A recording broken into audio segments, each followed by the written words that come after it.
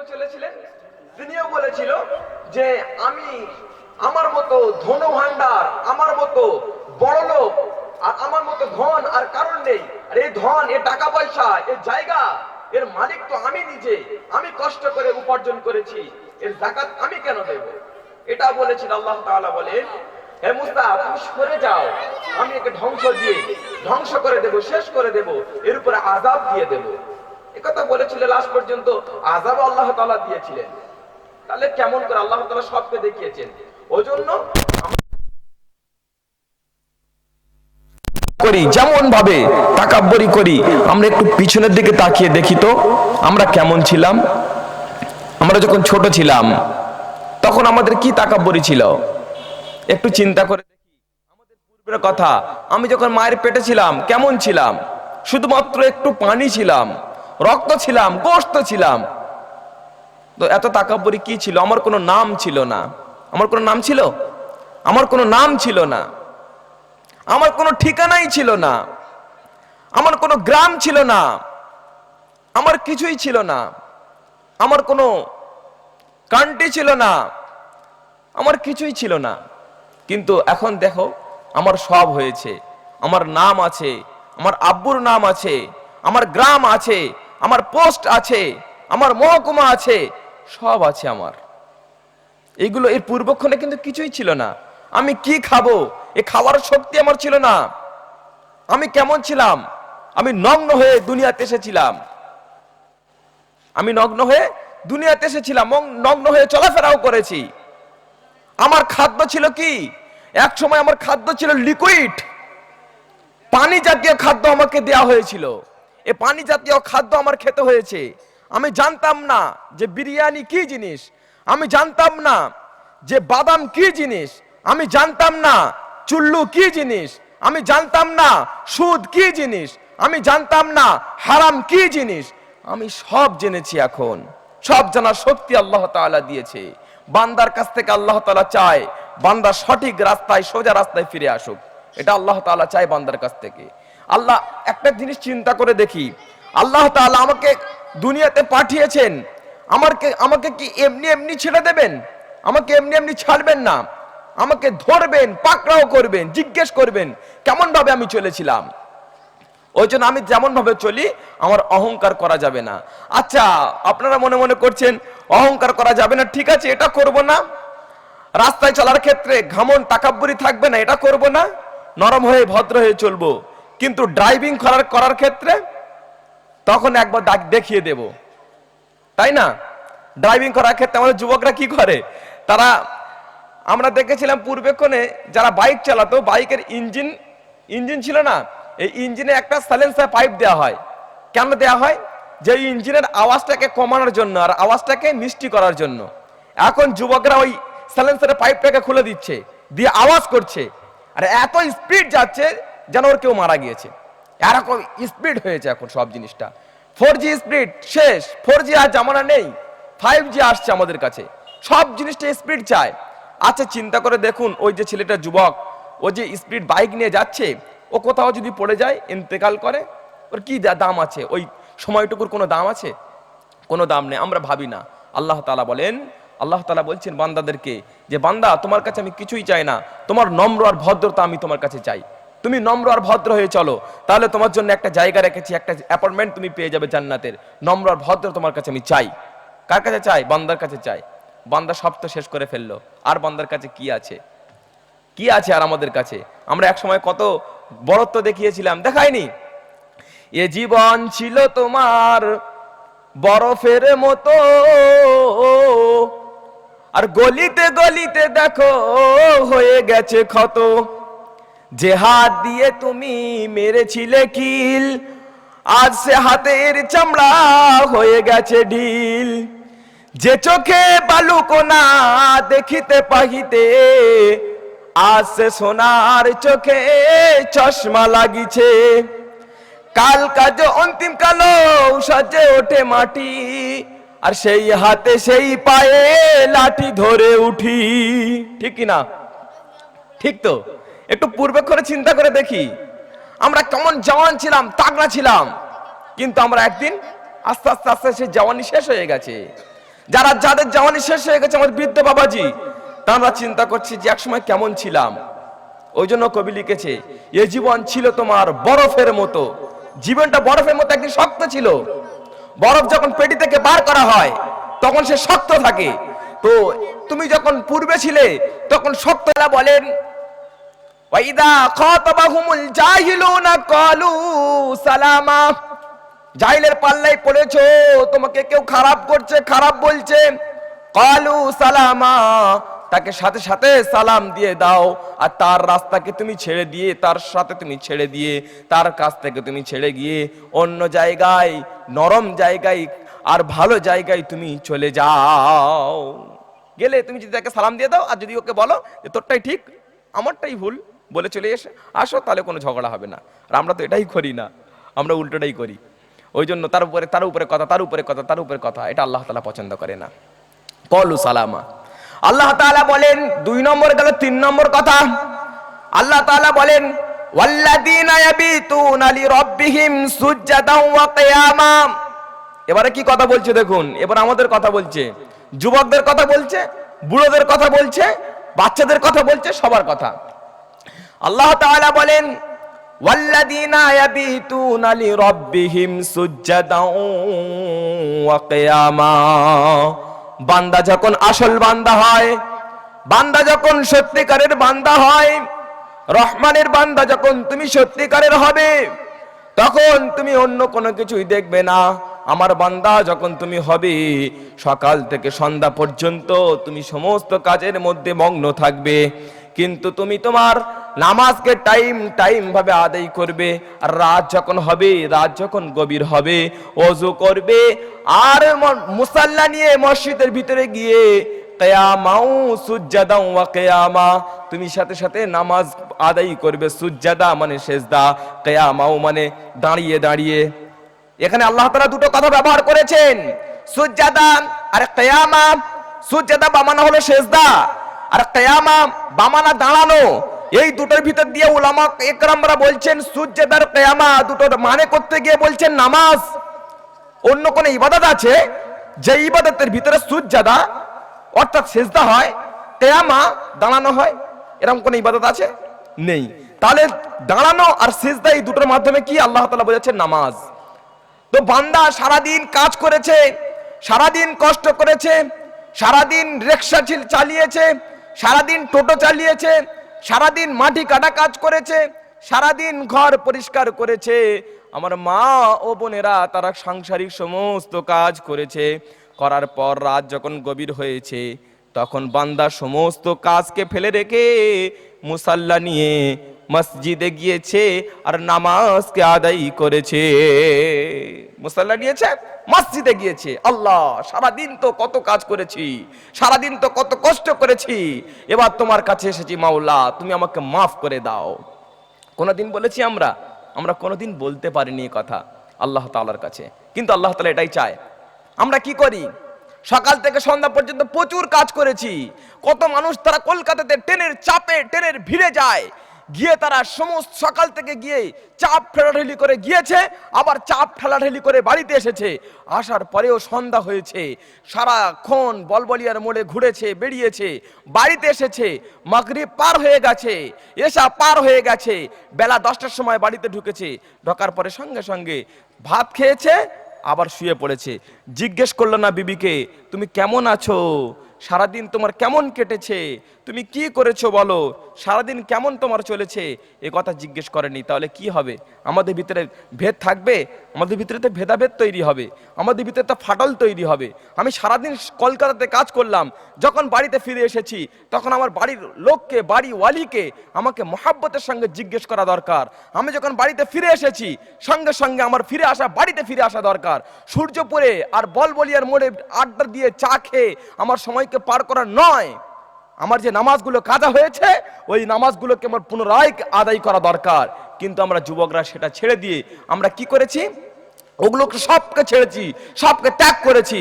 করার পরে বাড়িতে এসেছি, ভাত খেয়েছি, শুয়ে পড়েছি। এটাই তো আমাদের হয়, ভাত খেয়েছি, শুয়ে পড়েছি, এটাই হয়। আর এবার বিবিতে কিচ্ছু জিজ্ঞেস করলাম, বিবিকে কিচ্ছু জিজ্ঞেস করলাম না, তাহলে আমার কেমন চলবে সংসার? একটা কথা বলি, সময় শেষ আমার। একটা আল্লাহওয়ালা, খুব আল্লাহওয়ালা, সে 5 ওয়াক্ত নামাজ পড়ে, তাবলীগের কাজ করে, দিনের কাজ করে। তো একটা মেয়েকে বিয়ে করেছে, সে নামাজগার পরেজগার নয়। আর সে আল্লাহওয়ালা নতুন যুবক, আল্লাহওয়ালা খুব হয়েছে, নতুন চুল্লু ফুল্লু খেত, এখন নামাজ পড়ছে। তো এখন খুব আল্লাহওয়ালা হয়েছে, বিয়ে করেনি। তো ওর সঙ্গে ও কি করেছে, বিয়ে করেছে, একটা মেয়েকে বিয়ে করেছে। কেমন করে বিয়েটা কেমন ভাবে হলো, যে সে কোনো নামাজি পরেজগার না। এমনি কি হয় যে যুবকরা যখন কোনো একটু নামাজি পরেজগার হয়, তো ওরা মাদ্রাসা পড়নেওয়ালিকে আর না হলে কোনো নামাজি পরেজগার মেয়েকে বিয়ে করে ওরা। কিন্তু এমন দেখেনি, ওই একটা এমনি বিয়ে করেছে, সাধারণকে বিয়ে করেছে, আর বলছে যে আমি সবকিছু ঠিকঠাক করে নেব, তার ইমানি গতিতে আমি সব ঠিকঠাক করে নেব। আলহামদুলিল্লাহ, ঠিকঠাক করে নেবে। তো একদিন দুদিন যায়, সব ঠিকঠাক করে নিয়েছে, কোনো অসুবিধা নেই, 5 ওয়াক্ত নামাজে বিবি পড়ে মাঝে মাঝে। এখন কি হয়েছে, কিছুদিন যাওয়ার পরে বিবি বলছে, একদিন স্বামী বলছে যে তুমিও তো আমার নামাজ পড়ছো না, তুমি তো প্রথম প্রথম খুব তো নামাজ পড়তে, কিন্তু এখন তো অনেক দিন হয়ে যাচ্ছে তুমি তো নামাজ পড়ছো না দেখছি, কি ব্যাপার? তখনও বলছে যে এত বড় সংসার কত ঝামেলা, কাজ কাম করিতে যাই যে বেলা। এত বড় সংসার কত ঝামেলা, কাজ কাম করিতে যাই যে বেলা। তবু যদি করো তুমি বেশি বাড়াবাড়ি, তবে আমি চলে যাব বাপেরও বাড়ি। বিবি বলছে, এ বিবি বিয়ে করেছে আর ও বেচারা আল্লাহওয়ালা। তো এই অবস্থা তাদের ভিতরে। ওই জন্য আমরা যে কোনো কাজ করবো কোনো চাপ দিয়ে নয়, বিবিকে চাপ দিয়ে নয়, তাকে চাপ দিয়ে তাকে নামাজ পড়াবো, খুব চাপ দিয়ে করাবো, এটা না।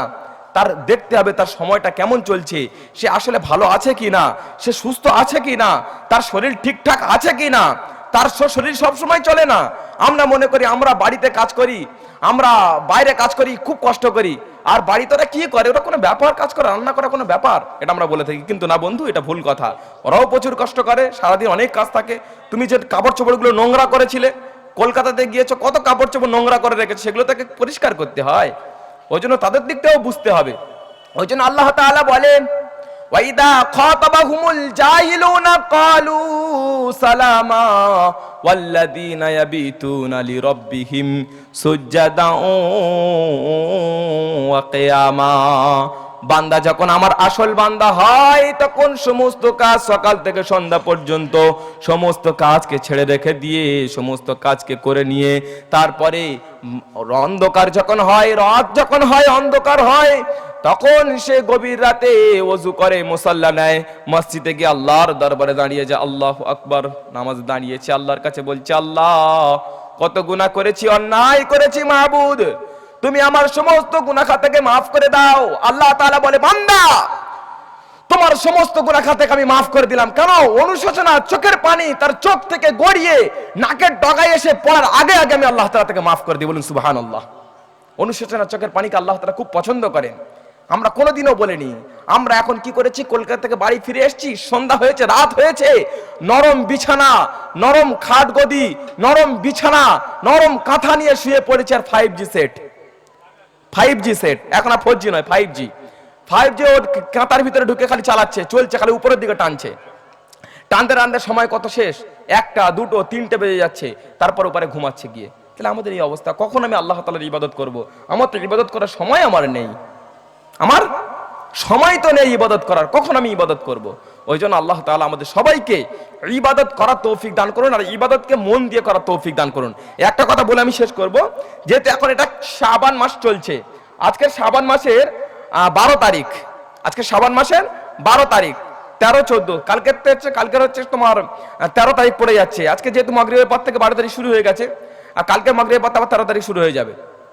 তো আজকের আর এই কয়েকদিন পরে সে শাবান মাসের 14তম তারিখের রাত। আমরা সবাই জানি, শুনেছি বা জানি আমরা, যে শাবান মাসের 14তম তারিখের রাত্রে আমরা ইবাদত করি, পরের দিন রোজা রাখি। এই বিষয়টা আমাদের সবার কাছে জানা। কিন্তু এই বিষয়টা নিয়ে ওলামাদের কিছু মত রয়েছে, তাদের মত তারা জানেন, তারা মত দিয়েছেন যে আবার ফের কিছু ওলামারা বলছেন যে এই রাতে তোমরা ইবাদত করো, কিন্তু খুব জোর দিয়ে নয়, খুব জোরালো ভাবে নয়, ইবাদত করো কিন্তু তোমার মতো, তুমি যেমন ইবাদত অন্য দিন করো, অন্য দিনের তুলনায় একটু বেশি করো। আর রোজা রাখার কথা আল্লাহ রাসূল সাল্লাল্লাহু আলাইহি ওয়াসাল্লাম তো হাদিসের ভিতরে বলেছেন যে সিয়ামুল বীজ বলে কায়েম করা হয়েছে, বুখারীর ভিতরে একটা বাব কায়েম করা হয়েছে, সেখানে বলা হয়েছে যে সালাসা আশারা, আরবা আশারা, খামসা আশারা, সালাসা আশারা 13 তারিখের তোমরা রোজা রাখো, আর কি আরবা আশারা 14 তারিখে তোমরা রোজা রাখো, খামসা আশারা 15 তারিখে তোমরা রোজা রাখো, 13, 14, 15 তারিখে প্রত্যেক মাসে তোমরা রোজা রাখো। আমরা তাহলে কেন শুধু শবে বরাতের রাত্রে কেন শবে বরাতে রোজা রাখবো? প্রত্যেকটা মাসে আমরা 3 দিন করে রোজা রাখার চেষ্টা করবো ইনশাল্লাহ। আমার বাড়ির মহিলাদেরকেও, বাড়ির মা বোনদেরকে সবাইকেও এই কথা শুনিয়ে দেওয়া। এই মাইকের আওয়াজ তো অনেক জনের কানে মনে হচ্ছে যাচ্ছে, তারাও শুনে নিক। এরকম ভাবে আমরা আমল করবো ইনশাল্লাহ। সময় বড় সংক্ষেপ, তাই তাড়াতাড়ি কথা বলে শেষ করে দিলাম। আল্লাহ তাআলা আমাদের বলেন, ওয়াইদা খাতাবাহুমুল জাহিলুনা ক্বালু সালামা।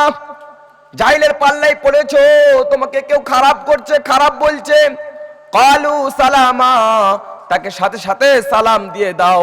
আর তার রাস্তাকে তুমি ছেড়ে দিয়ে, তার সাথে তুমি ছেড়ে দিয়ে, তার কাছ থেকে তুমি ছেড়ে গিয়ে অন্য জায়গায়, নরম জায়গায় আর ভালো জায়গায় তুমি চলে যাও। গেলে তুমি যদি তাকে সালাম দিয়ে দাও, আর যদি ওকে বলো যে তোরটাই ঠিক আমারটাই ভুল বলে চলে আসো, তাহলে কোনো ঝগড়া হবে না। আর আমরা তো এটাই করি না, আমরা উল্টোটাই করি। ওই জন্য তার উপরে কথা, এটা আল্লাহ তাআলা পছন্দ করে না। ক্বালু সালামা। আল্লাহ তাআলা বলেন 2 নম্বর গেল, 3 নম্বর কথা আল্লাহ তাআলা বলেন, ওয়াল্লাযীনা ইয়াবিতুনা লিরাব্বিহিম সুজদান ওয়া কিয়ামা। এবারে কি কথা বলছে দেখুন, এবার আমাদের কথা বলছে, যুবকদের কথা বলছে, বুড়োদের কথা বলছে, বাচ্চাদের কথা বলছে, সবার কথা। আল্লাহ তাআলা বলেন, ওয়াল্লাযীনা ইয়াবিতুনা লিরাব্বিহিম সুজদান ওয়া কিয়ামা। বান্দা যখন আসল বান্দা হয়, বান্দা যখন সত্যিকারের বান্দা হয়, রহমানের বান্দা যখন তুমি সত্যিকারের হবে, তখন তুমি অন্য কোনো কিছুই দেখবে না। আমার বান্দা যখন তুমি হবে, সকাল থেকে সন্ধ্যা পর্যন্ত তুমি সমস্ত কাজের মধ্যে মগ্ন থাকবে, কিন্তু তুমি তোমার নামাজকে টাইম ভাবে আদায় করবে।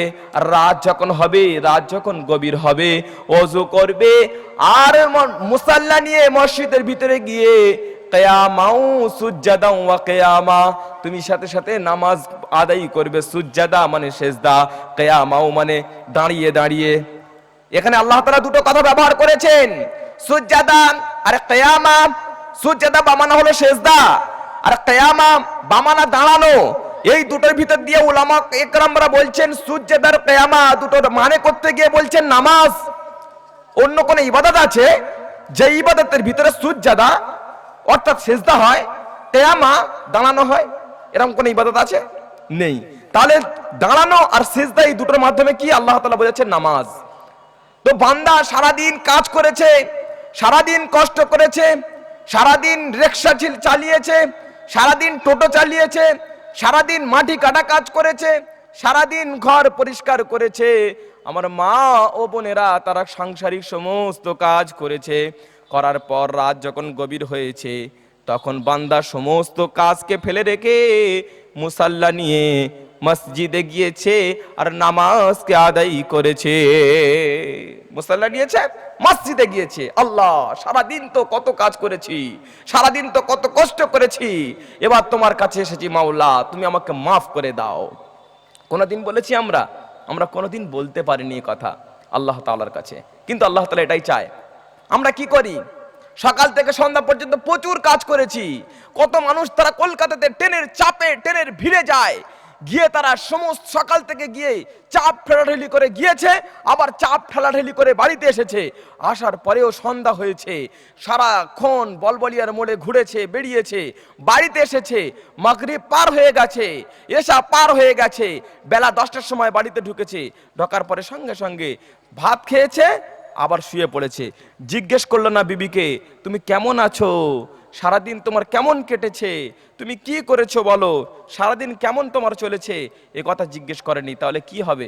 আমাদের ভিতরে ভেদ থাকবে, আমাদের ভিতরে তো ভেদাভেদ তৈরি হবে, আমাদের ভিতরে তো ফাটল তৈরি হবে। আমি সারাদিন কলকাতাতে কাজ করলাম, যখন বাড়িতে ফিরে এসেছি তখন আমার বাড়ির লোককে, বাড়িওয়ালিকে আমাকে মহাব্বতের সঙ্গে জিজ্ঞেস করা দরকার। আমি যখন বাড়িতে ফিরে এসেছি সঙ্গে সঙ্গে আমার ফিরে আসা, বাড়িতে ফিরে আসা দরকার। সূর্যপুরে আর বলবলিয়ার মোড়ে আড্ডা দিয়ে চা খেয়ে আমার সময়কে পার করা নয়। আমার যে নামাজগুলো কাজা হয়েছে ওই নামাজগুলোকে আমার পুনরায় আদায় করা দরকার। কিন্তু আমরা যুবকরা সেটা ছেড়ে দিয়ে আমরা কি করেছি? ওগুলোকে সবকে ছেড়েছি, সবকে ত্যাগ করেছি। করার পরে বাড়িতে এসেছি, ভাত খেয়েছি, শুয়ে পড়েছি। এই তো আমাদের হয়, ভাত খেয়েছি, শুয়ে পড়েছি। এটাই হয়। আর এবার বিবিতে কিচ্ছু জিজ্ঞেস করলাম, বিবিকে কিচ্ছু জিজ্ঞেস করলাম না, তাহলে আমার কেমন চলবে সংসার? একটা কথা বলি, সময় শেষ আমার। একটা আল্লাহওয়ালা, খুব আল্লাহওয়ালা, সে 5 ওয়াক্ত নামাজ পড়ে, তাবলীগের কাজ করে, দিনের কাজ করে। তো একটা মেয়েকে বিয়ে করেছে, সে নামাজগার পরেজগার নয়। আর সে আল্লাহওয়ালা নতুন যুবক, আল্লাহওয়ালা খুব হয়েছে, নতুন চুল্লু ফুল্লু খেত, এখন নামাজ পড়ছে। তো এখন খুব আল্লাহওয়ালা হয়েছে, বিয়ে করেনি। তো ওর সঙ্গে ও কি করেছে, বিয়ে করেছে, একটা মেয়েকে বিয়ে করেছে। কেমন করে বিয়েটা কেমন ভাবে হলো, যে সে কোনো নামাজি পরেজগার না। এমনি কি হয় যে যুবকরা যখন করে একটু নামাজি পরেজগার হয়, তো ওরা মাদ্রাসা পড়নেওয়ালিকে আর না হলে কোনো নামাজি পরেজগার মেয়েকে বিয়ে করে ওরা। কিন্তু এমন দেখেনি, ওই একটা এমনি বিয়ে করেছে, সাধারণকে বিয়ে করেছে। আর বলছে যে আমি সবকিছু ঠিকঠাক করে নেব, তার ইমানি গতিতে আমি সব ঠিকঠাক করে নেব। তো আলহামদুলিল্লাহ ঠিকঠাক করে নেবে। তো একদিন দুদিন যায়, সব ঠিকঠাক করে নিয়েছে, কোনো অসুবিধা নেই, 5 ওয়াক্ত নামাজে বিবি পড়ে মাঝে মাঝে। এখন কি হয়েছে, কিছুদিন যাওয়ার পরে বিবি বলছে, একদিন স্বামী বলছে যে তুমি তো আমার নামাজ পড়ছো না, তুমি তো প্রথম প্রথম খুব তো নামাজ পড়তে, কিন্তু এখন তো অনেক দিন হয়ে যাচ্ছে তুমি তো নামাজ পড়ছো না দেখছি, কি ব্যাপার? তখনও বলছে যে এত বড় সংসার কত ঝামেলা, কাজ কাম করিতে যাই যে বেলা। এত বড় সংসার কত ঝামেলা, কাজ কাম করিতে যাই যে বেলা। তবু যদি করো তুমি বেশি বাড়াবাড়ি, তবে আমি চলে যাব বাপেরও বাড়ি। বিবি বলছে, এ বিবি বিয়ে করেছে আর ও বেচারা আল্লাহওয়ালা, তো এই অবস্থা তাদের ভিতরে। ওই জন্য আমরা যে কোনো কাজ করবো কোনো চাপ দিয়ে নয়, বিবিকে চাপ দিয়ে নয়, তাকে চাপ দিয়ে তাকে নামাজ পড়াবো, খুব চাপ দিয়ে করাবো, এটা না। তার দেখতে হবে তার সময়টা কেমন চলছে, সে আসলে ভালো আছে কি না, সে সুস্থ আছে কি না, তার শরীর ঠিকঠাক আছে কি না। তার শরীর সব সময় চলে না। আমরা মনে করি আমরা বাড়িতে কাজ করি, আমরা বাইরে কাজ করি, খুব কষ্ট করি, আর বাড়িতে ওরা কি করে, ওরা কোনো ব্যাপার, কাজ করে, রান্না করা কোনো ব্যাপার, এটা আমরা বলে থাকি। কিন্তু না বন্ধু, এটা ভুল কথা। ওরাও প্রচুর কষ্ট করে, সারাদিন অনেক কাজ থাকে। তুমি যে কাপড় চোপড়গুলো নোংরা করেছিলে, কলকাতাতে গিয়েছো, কত কাপড় চোপড় নোংরা করে রেখেছে, সেগুলো তাকে পরিষ্কার করতে হয়। ওই জন্য তাদের দিকটাও বুঝতে হবে। ওই জন্য আল্লাহ তাআলা বলেন, ওয়াইদা খাতাবাহুমুল জাহিলুনা ক্বালু সালামা ওয়াল্লাযীনা ইয়াবিতুনা লিরাব্বিহিম সুজদান ওয়া কিয়ামা। বান্দা যখন আমার আসল বান্দা হয়, তখন সমস্ত কাজ সকাল থেকে সন্ধ্যা পর্যন্ত সমস্ত কাজকে ছেড়ে রেখে দিয়ে, সমস্ত কাজকে করে নিয়ে, তারপরে অন্ধকার যখন হয়, রাত যখন হয়, অন্ধকার হয়, তখন সে গভীর রাতে ওযু করে, মুসাল্লা নেয়, মসজিদে গিয়ে আল্লাহর দরবারে দাঁড়িয়ে যায়, আল্লাহু আকবার, নামাজ দাঁড়িয়েছে, আল্লাহর কাছে বলছে, আল্লাহ কত গুনাহ করেছি, অন্যায় করেছি, মাহবুদ তুমি আমার সমস্ত গুনাহ খাতাকে মাফ করে দাও। আল্লাহ তাআলা বলে, বান্দা তোমার সমস্ত গুনাহ খাতাকে আমি মাফ করে দিলাম। কেন? অনুশোচনা, চোখের পানি তার চোখ থেকে গড়িয়ে নাকের ডগায় এসে পড়ার আগে আগে আমি আল্লাহ তাআলা তাকে মাফ করে দিই। বলুন সুবহানাল্লাহ। অনুশোচনা, চোখের পানিকে আল্লাহ তাআলা খুব পছন্দ করেন। আমরা কোনোদিনও বলিনি। আমরা এখন কি করেছি, কলকাতা থেকে বাড়ি ফিরে এসেছি, সন্ধ্যা হয়েছে, রাত হয়েছে, নরম বিছানা, নরম খাট গদি, নরম বিছানা, নরম কাঁথা নিয়ে শুয়ে পড়েছে, আর 5G সেট, 5G সেট, এখন আর 4G নয়, 5G ওর কাঁথার ভিতরে ঢুকে খালি চালাচ্ছে, চলছে, খালি উপরের দিকে টানছে। টানতে টানতে সময় কত শেষ, 1টা 2টো 3টে বেজে যাচ্ছে, তারপর উপরে ঘুমাচ্ছে গিয়ে। তাহলে আমাদের এই অবস্থা, কখন আমি আল্লাহ তাআলার ইবাদত করব? আমার তো ইবাদত করার সময় আমার নেই, আমার সময় তো নেই ইবাদত করার, কখন আমি ইবাদত করব? ওই জন্য আল্লাহ তাআলা আমাদের সবাইকে ইবাদত করার তৌফিক দান করুন, আর ইবাদতকে মন দিয়ে করার তৌফিক দান করুন। একটা কথা বলে আমি শেষ করব, যেহেতু এখন এটা শাবান মাস চলছে, আজকের শাবান মাসের 12 তারিখ, আজকে শাবান মাসের 12 তারিখ, 13, 14, কালকের হচ্ছে তোমার 13 তারিখ পড়ে যাচ্ছে। আজকে যেহেতু মাগরিবের পর থেকে 12 তারিখ শুরু হয়ে গেছে, আর কালকে মাগরিবের পর আবার 13 তারিখ শুরু হয়ে যাবে। তো আজকের আর এই কয়েকদিন পরে সে শাবান মাসের 14তম তারিখের রাত। আমরা সবাই জানি, শুনেছি বা জানি আমরা, যে শাবান মাসের 14তম তারিখের রাত্রে আমরা ইবাদত করি, পরের দিন রোজা রাখি। এই বিষয়টা আমাদের সবার কাছে জানা। কিন্তু এই বিষয়টা নিয়ে ওলামাদের কিছু মত রয়েছে, তানাদের মত, তানারা জানেন, তানারা মত দিয়েছেন যে আবার ফের কিছু ওলামারা বলছেন যে এই রাতে তোমরা ইবাদত করো, কিন্তু খুব জোর দিয়ে নয়, খুব জোরালো ভাবে নয়, ইবাদত করো কিন্তু তোমার মতো, তুমি যেমন ইবাদত অন্য দিন করো, অন্য দিনের তুলনায় একটু বেশি করো। আর রোজা রাখার কথা আল্লাহ রাসূল সাল্লাল্লাহু আলাইহি ওয়াসাল্লাম তো হাদিসের ভিতরে বলেছেন যে সিয়ামুল বীজ বলে কায়েম করা হয়েছে, বুখারীর ভিতরে একটা বাব কায়েম করা হয়েছে, সেখানে বলা হয়েছে যে সালাসা আশারা, আরবা আশারা, খামসা আশারা। সালাসা আশারা 13 তারিখে তোমরা রোজা রাখো, আর কি আরবা আশারা 14 তারিখে তোমরা রোজা রাখো, খামসা আশারা 15 তারিখে তোমরা রোজা রাখো, 13, 14, 15 তারিখে প্রত্যেক মাসে তোমরা রোজা রাখো। আমরা তাহলে কেন শুধু শবে বরাতের রাত্রে কেন শবে বরাতে রোজা রাখবো? প্রত্যেকটা মাসে আমরা 3 দিন করে রোজা রাখার চেষ্টা করবো ইনশাল্লাহ। আমার বাড়ির মহিলাদেরকেও, বাড়ির মা বোনদেরকে সবাইকেও এই কথা শুনিয়ে দেওয়া। এই মাইকের আওয়াজ তো অনেকজনের কানে মনে হচ্ছে যাচ্ছে, তারাও শুনে নিক। এরকম ভাবে আমরা আমল করবো ইনশাল্লাহ। সময় বড় সংক্ষেপ, তাই তাড়াতাড়ি কথা বলে শেষ করে দিলাম।